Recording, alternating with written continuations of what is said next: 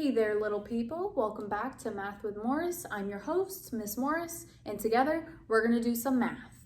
Today we're talking about dividing mixed numbers. So let's take a look at an example problem. You might see a problem like this: 5 1/4 divided by 1 1/8 minus 2/3. So right away when you're looking at this problem, give me an observation. What's something you're noticing or an inference? What are you thinking?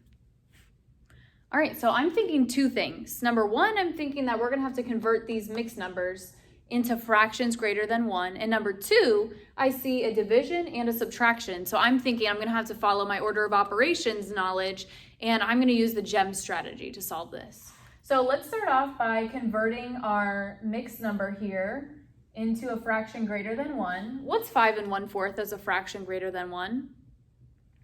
So you should get 5 times 4 gives you 20 plus 1 gives you 21. 21 what? 21/4. Our denominator stays the same. And we're going to be dividing that by 8 times 1 equals 8 plus 1 equals 9. 9 what? 9/8. The denominator stays the same. And lastly, I'm going to subtract those 2/3. So at this point, I am going to start with my division first, because in GEMS, multiplication and division comes before subtraction and addition. So in order to divide these fractions, I know that multiplying by the reciprocal is the same thing as dividing. Then I'll subtract those 2/3. So when I multiply 21 times 8, I know that 8 times 1 gives me 8, and 8 times 20 gives me 160, so 168. 9 times 4 gives me 36. And then I'm going to be subtracting my 2/3. So when you get to this point, 168, 36 minus 2/3. Let me adjust this so you can see. Oh, goodness gracious. When I get to this point, there we go. That's gonna stay still. I know that I'm gonna have to take care of this before I can subtract my 2/3. So I'm going to regroup and pull my wholes from this fraction greater than 1. So 168 minus 36, 132.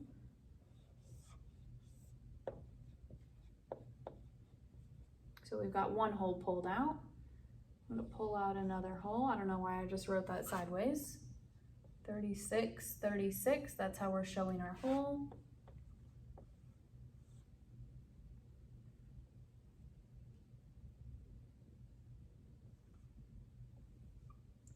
And I'm going to subtract another hole.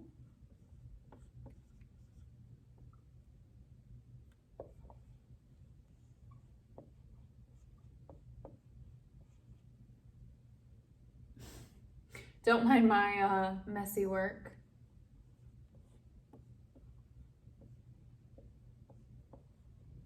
And let's see, I've got 1, 2, 3, 4. So I'm pulling out another hole, showing that hole is 36, 36. And what is left? 24. 24 what? Our denominator is 36, so 24, 36.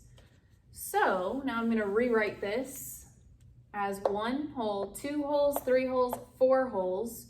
So 4 and 24, 36 minus 2/3.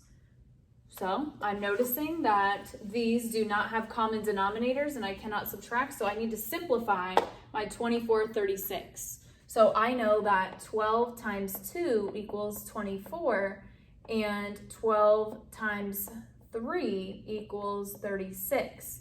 So that means that 24, 36 simplifies to 2/3. So that is basically saying 4 and 2/3 minus 2/3, which is equal to 4. Easy as that. You have no idea how many times I had to redo that video. It's really, it's not as easy as it looks, don't worry. All right, let's try another problem. So 1 serving of tortilla soup is 1 2/3 cups. A cook makes 50 cups of soup. Is there enough to serve 35 people? Oh, yep, he's got 50 cups of soup. So, yep, he can serve 35 people. He can actually serve 50 people. No. So each serving size is 1 2/3 of a cup.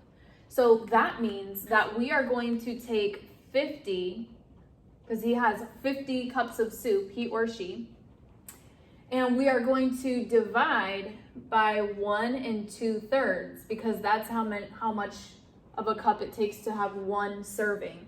And whatever we get is how many servings that cook has. And we can figure out if they're going to have enough for 35 servings, for 35 people, assuming each person gets 1 serving of soup.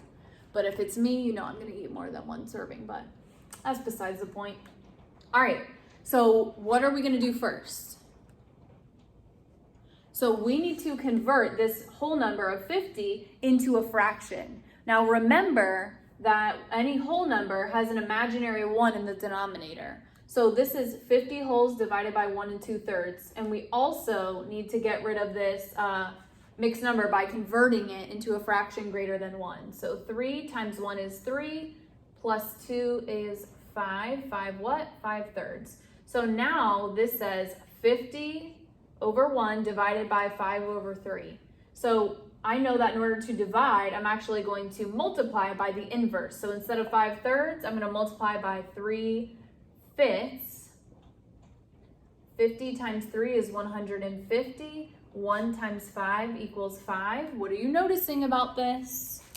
So we should be noticing that our 150 fifths will simplify. And what it simplifies to, you can either pull out your wholes or use your knowledge of multiplication to know that it simplifies to 30. 30 over 1, which equals 30. So is 30 servings enough to feed 35 people? No. So the answer would be no.